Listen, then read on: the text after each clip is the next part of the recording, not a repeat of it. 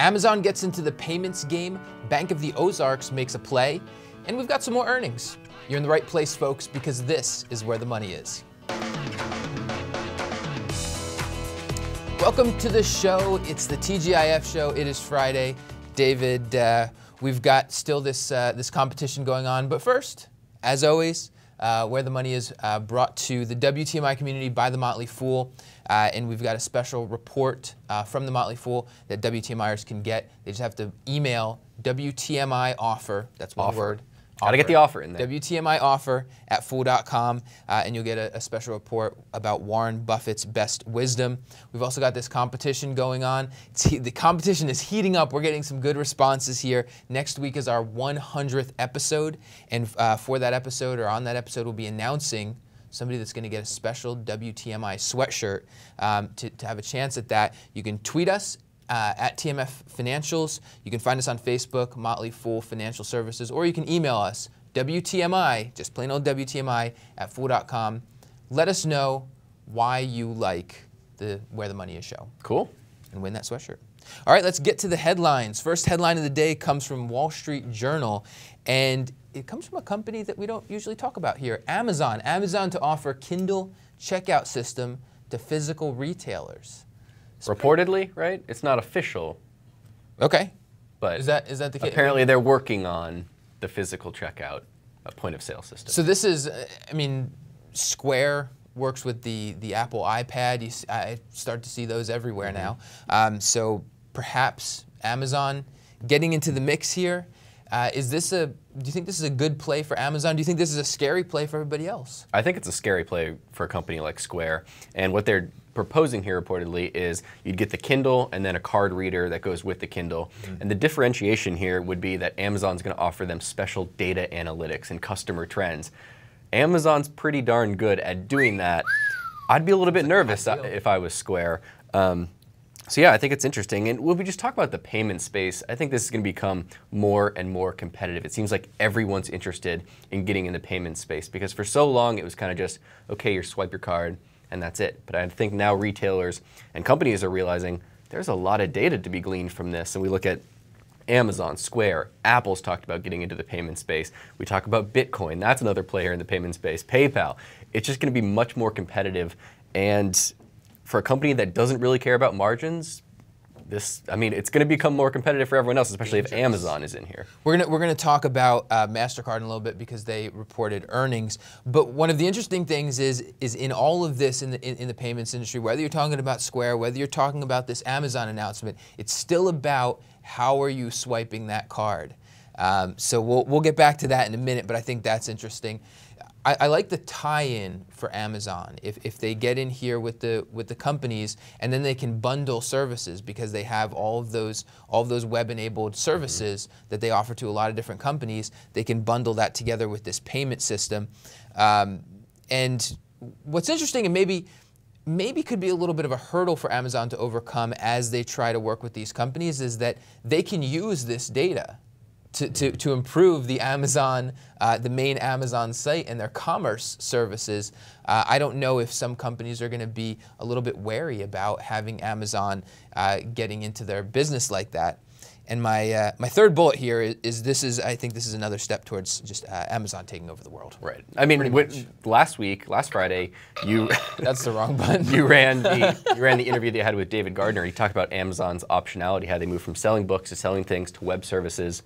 In 5 years, we don't know exactly what Amazon's going to be. Maybe they become a dominant player in the payment space. So, I don't know. I like their chances if they do it. Moving from Amazon to a smaller company, what's the second headline, David? Second headline is from ArkansasNews.com. Bank of the Ozarks to purchase Summit Bank. We talked about Bank of the Ozarks as being a very well-run bank. Maybe the shares look a little bit pricey for our taste right now, or I know you've said that in the past.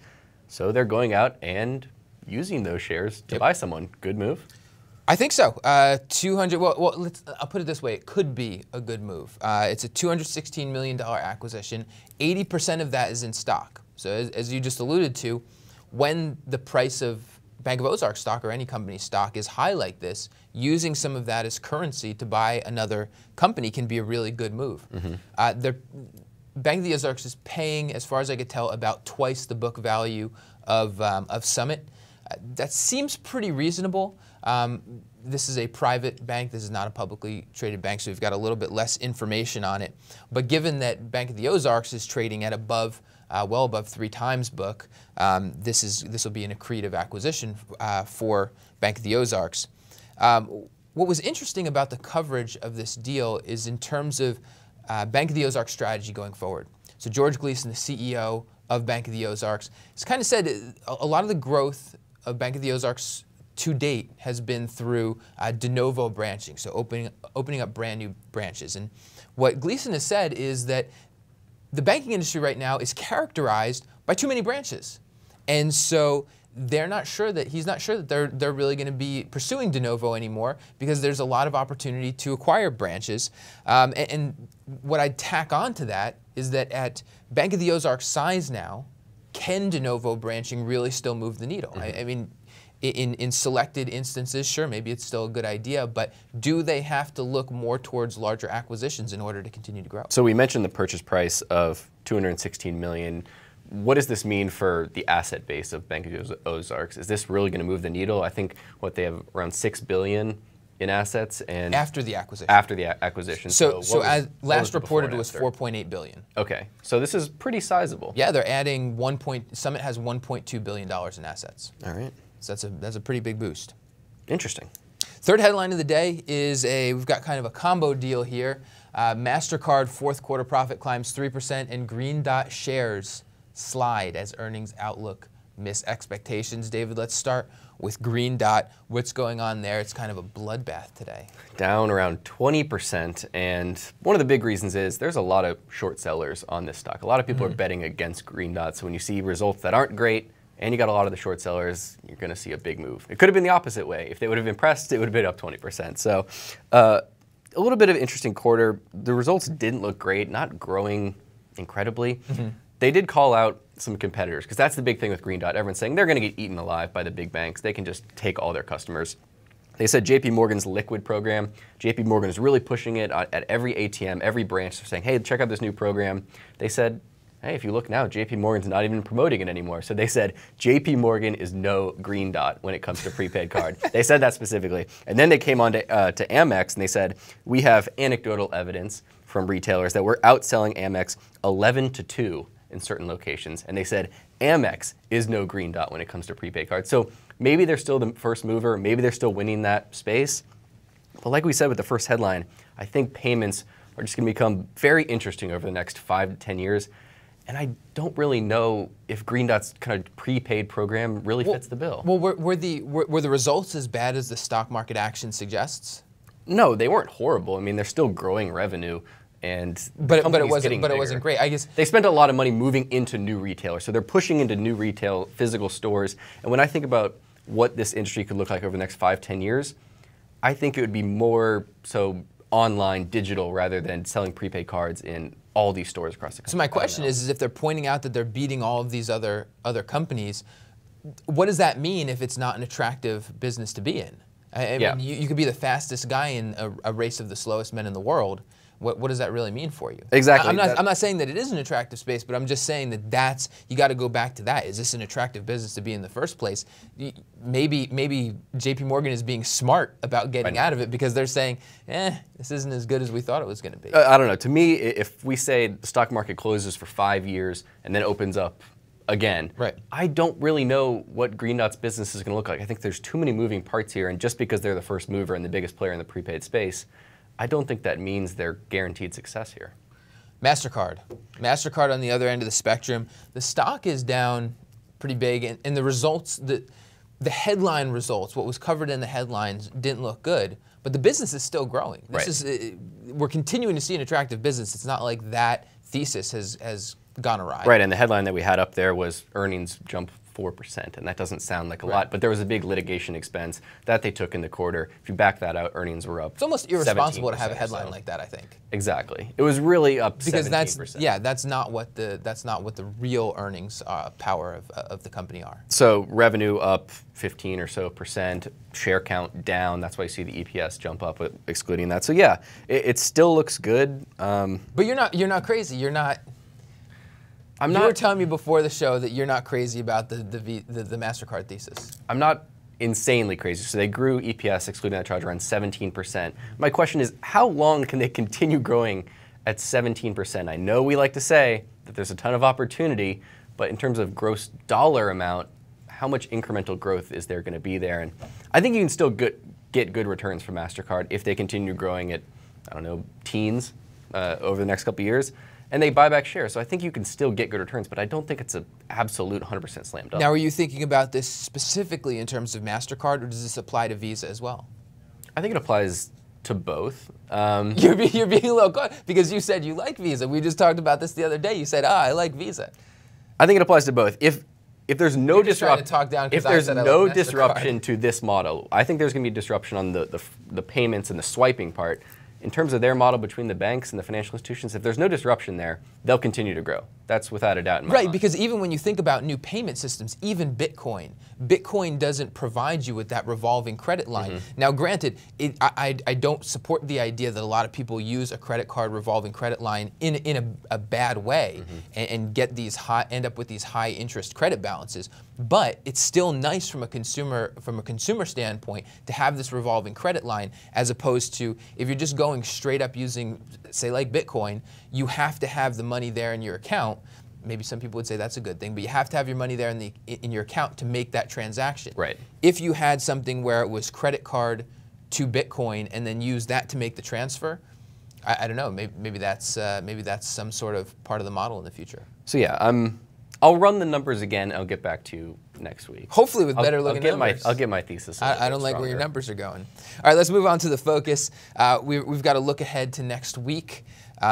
Next week we've got some interesting economic numbers coming out. We've got auto sales on Monday. From the finance industry's perspective, this is interesting because there's so much money that gets plowed into auto financing. Wednesday, we'll see the employment numbers from ADP. That's the private company, the payroll processor, ADP, giving their estimate of payroll change. And then, of course, Friday will roll around and we'll get the payroll numbers, the government's payroll numbers, and the unemployment rate for January. Doesn't nobody believe those anymore? Wasn't there some big thing about how those were all lies? I don't trust the government.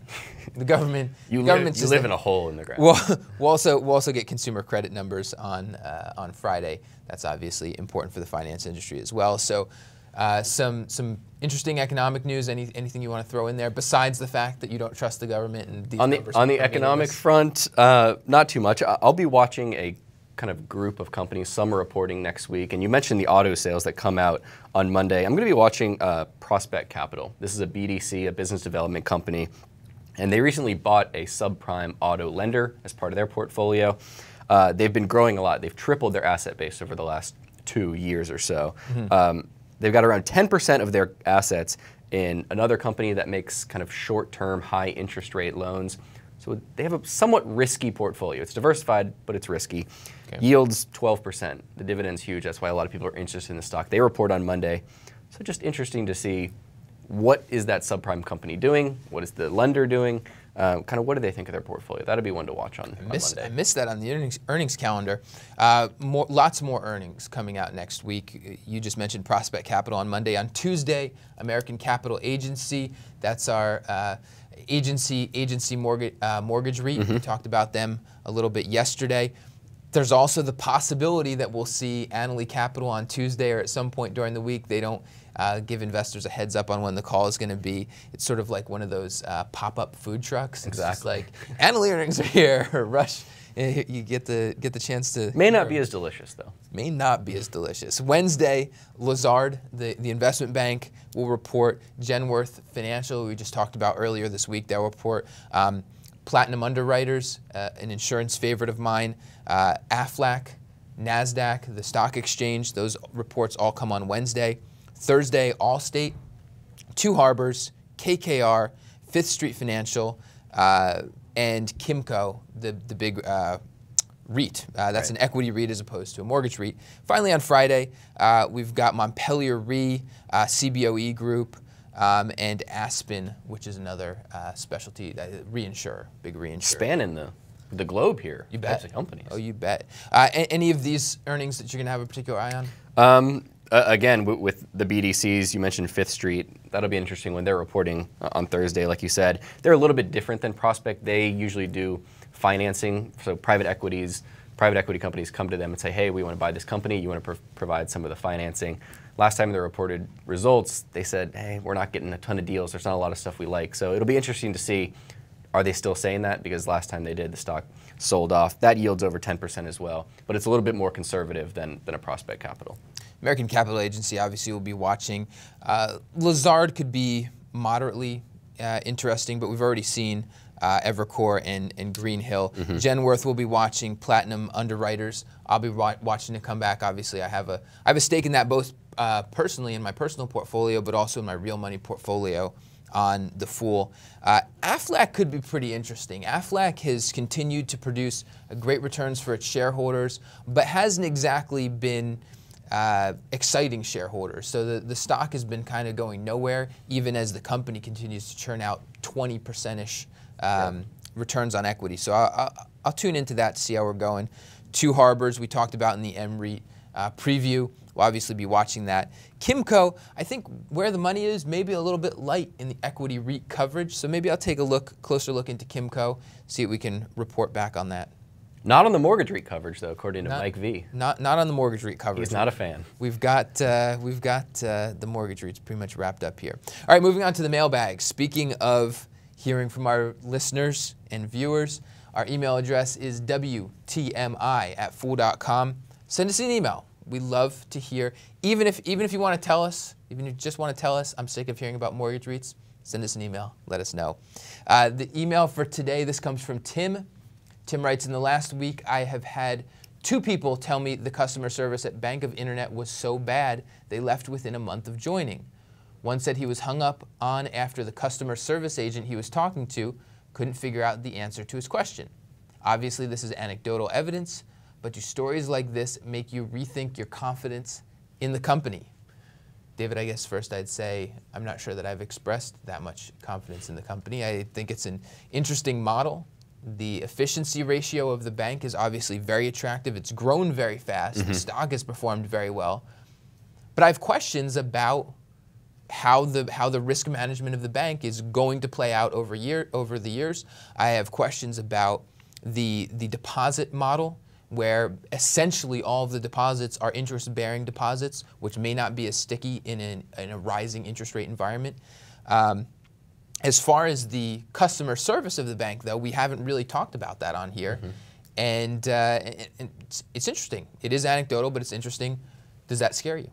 No, not necessarily. The things that you pointed out are the bigger concerns for shareholders. You're not going to find a lot of banks that people are like, I just call my bank and love to talk to them because they're really nice. When you talk about bank customer service, it's either they solved my issue and I'm thankful for that, or they're the worst people in the world and I hate them and I'm leaving them and they're the worst. So I actually pulled up some reviews from some sites. The first review here is from My Bank Tracker, and they got 3 out of 5 stars for a good customer service, 3 stars, bank rates 4 stars. We talked about the high interest. Over on Yelp, a similar story. And again, these aren't huge sample size, but we figured, hey, we might as well see what the world's saying about it. They got around 3.5 stars as there as well. So I wouldn't be too concerned. I'd be more concerned about the things you talked about, loan quality management and a sticky deposit base. Yeah, I think mentioning Yelp there, Yelp is an interesting model from the perspective that Yelp has been able to get people rallied around the idea of giving both good and bad reviews of restaurants and stuff like that. You don't really see that in the banking space, so mostly people are going to take the time to review something when they're really, really upset. So I don't know that I'd read too much into that either. I agree. All right, it is Friday, so we've got an interview today. $1 Million Portfolio lead advisor Ron Gross joined me for a little interview. We're going to cut away from that to that, and we'll be right back. Ron, thanks for joining us. My pleasure. Let's start out with a value investing favorite, Berkshire Hathaway. Yep. So much to like about Berkshire Hathaway, but when you think about the long term, what's a business risk that concerns you that Berkshire could face? Well, I like Berkshire because it's well diversified. We do have concentration in insurance there. Maybe 30% of profits come from insurance. But obviously, it's a very large conglomerate. So we have nice spreading of business risk.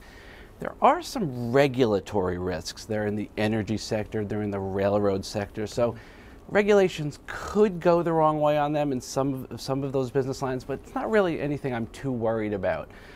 If I had to think of something that would derail my love of a Berkshire investment, and we do own it in $1 million portfolio, I do own it personally, it would be if they make a bungled large acquisition. Now, I don't think that's going to happen either. They know what they're doing here, but if they put a lot of money to work in something that just isn't right or turns out to be a mistake, that would be bad. Succession, obviously. You can't really talk about Berkshire without talking about what happens one day when Mr. Buffett is no longer at the helm. I think he's doing a good job of kind of pushing some of the investing off to Ted and Todd, if I'm right there. We don't know who the CEO will be on the operating side of the business. I would imagine it's somebody already that works with Buffett and works for Berkshire, but we don't know, so that is an unknown. But because it's a diversified conglomerate, there's nothing from an operating perspective that really causes me to lose sleep at night. Gotcha. So now moving from actual Berkshire to baby Berkshire, Markel, this is another foolish fan favorite. Looking at the interest rate environment right now, is this something that long-term investors should be concerned about? So it's interesting. I guess it depends what you mean by this interest rate environment. Are we talking about a low interest rate environment or a rising interest rate? And we can look at it both ways. We can break it down for a second. Let's talk about mainly the rising. But okay. you can mention. So yeah, we'll talk about both actually. So insurance companies make a lot of their profits from the investing the premiums that customers pay. It's called investing the float. And most of those investments are in bonds. So in a low interest rate environment, you're not earning a lot of yield, and that's bad. In a rising interest rate environment, you have a double-edged sword here. On one hand, the value of your existing bond portfolio will go down. That's bad. However, you will be able to invest future premiums at higher rates, and you will get higher yields from your future bond portfolio. And I believe that outweighs the negativity of your current bond portfolio going down. Now, with respect to Markel specifically, they're great at what they do from an investing perspective. Chief Investment Officer Tom Gaynor is a really talented guy, consistently beats the market, and they invest a fair amount of their float in stocks, which is not necessarily typical. It does remind me of what Geico does, the Geico subsidiary does at Berkshire. They take a little extra risk, not risky stocks. These are great, well-established, kind of blue chip type of companies, but they do put more money in the stock market than is typical, which kind of mitigates any kind of damage that the bond market could have on that portfolio. So in the case of Markel, I'm very confident. I think it's good for them in a rising interest rate environment because their bond yields will go up. They're great stock market investors. And then they have a third investment vehicle where they're actually investing in acquiring private companies. It's called Markel Ventures. And I think that's very exciting for them down the road. It's still small at this point. All right, now finishing off here, $1 million portfolio has a great diversified portfolio. So for somebody like me who's so focused on financial and bank companies, if I get my head up from that, what's a non-financial company? Sure, I'll give you a large company and then I'll give you a small company from our deep value service. I think Potash is a really interesting company out of Canada, focused on the commodity potash, which is needed for agriculture. As emerging markets move towards better agricultural practices, I believe potash will definitely benefit, potash prices, and therefore potash, the company, will benefit as well. If you want to look at a smaller company from our deep value service, I think Titan International is really interesting, maker of wheels for industrial equipment, mining, agriculture. Again, as emerging markets kind of get more sophisticated in both their mining and their agriculture, I think that's an area of growth there. It's less than $1 billion in market cap, but they do a really good job. And an activist kind of just entered the fray there, which always makes it interesting. Interesting. Well, thanks again for joining us, Ron. I really appreciate it. My pleasure. That was great to hear from Ron, some interesting thoughts there. Again, he is the lead advisor on our $1 million portfolio. It's one of our newsletter services that we have. Finishing off the day and the week in the Twitter sphere, David, what do you got? Our first and only tweet is from Paul LaMonica at LaMonica He says, more good news for Seattle and Denver. Microsoft and Chipotle both up on what's shaping up to be an awful day for the markets, but Chipotle up more. Hashtag Orange Crush. So Chipotle headquartered in Denver, the Broncos, and Microsoft I was Seattle. thinking more that Washington and Colorado have recently legalized something that would. Oh, I was thinking more. I was thinking more for the Super Bowl. Chipotle, you got a little Rocky Mountain High leading to some more. So Chipotle up burrito more. Sales. Chipotle up more. Does that bode well for the Broncos? And who are you picking for the Super Bowl? I know we are I'm well still thinking known about that Rocky Mountain High. We are well known for our sports wisdom here, as I've shown. Yeah, I think you've got to continue. See if you can continue your streak here. Who's your pick for the Super Bowl winner? I'll go with the Broncos. Chipotle is up more. You're going Broncos. So you got to go Seattle, I guess. How about I'll go Seattle. That's fine with me. Who's your pick for Super Bowl MVP? It's going to be Demaryius Thomas. Whoa. Yes, That's a surprise pick. I figured you're going to go safe with. What about you? Manning. Richard Sherman. Okay. That's where it's at. That's where the money is. Cool. All right, that's our show for today and for the week. You can find us on Twitter at TMF Financials. You can find us on Facebook, Motley Fool Financial Services. I'm Matt Copenheffer. This here is David Hanson. We'll see you next week. People on the show may have interest in the stocks they talk about, and the Motley Fool may have formal recommendations for or against. Don't buy or sell stocks based solely on what you hear.